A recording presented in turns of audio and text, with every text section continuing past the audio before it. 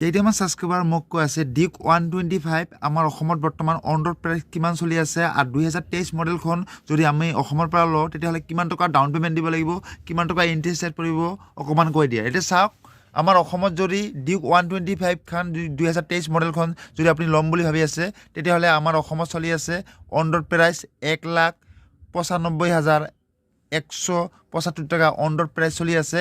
যদি আপুনি 1 বছৰৰ কাৰণে লয় তেতিয়াহ'লে মিনিমাম ডাউন পে'মেণ্ট আপোনাক 30,000 টাকা দিব লাগিব। মান্থলি EMI আহিব 14,560 টাকা।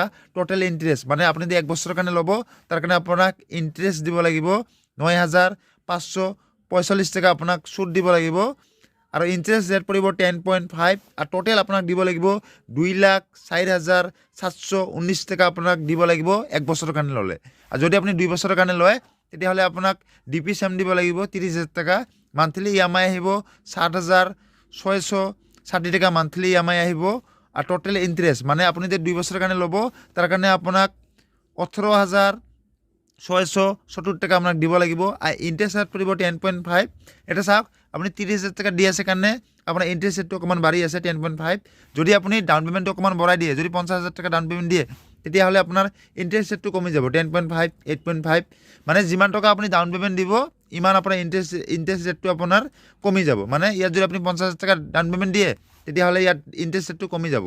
যদি আপুনি ডাউন পে'মেণ্টটো কম দিয়ে তেতিয়াহ'লে ইণ্টাৰেষ্ট ৰেটটো অকণমান বাঢ়ি যাব। সেইটো কাৰণে ডাউন পে'মেণ্টটো অকণমান বেছি দি ল'ব আপুনি, তেতিয়াহ'লে ইণ্টাৰেষ্ট ৰেটটো কমি যাব আৰু আপোনাৰ সুদটো আপোনাক ইণ্টাৰেষ্ট ৰেটটো আপোনাক কম দিব লাগিব। ইয়াত চাওক, টোটেল ইণ্টাৰেষ্ট আপোনাক দিব লাগছে 18,600 কিমান টকা দিব লগা হৈ আছে। যদি আপুনি 50,000 টাকা দিয়ে তেতিয়াহ'লে আপোনাৰ ইণ্টাৰেষ্ট ৰেটটো কমি যাব।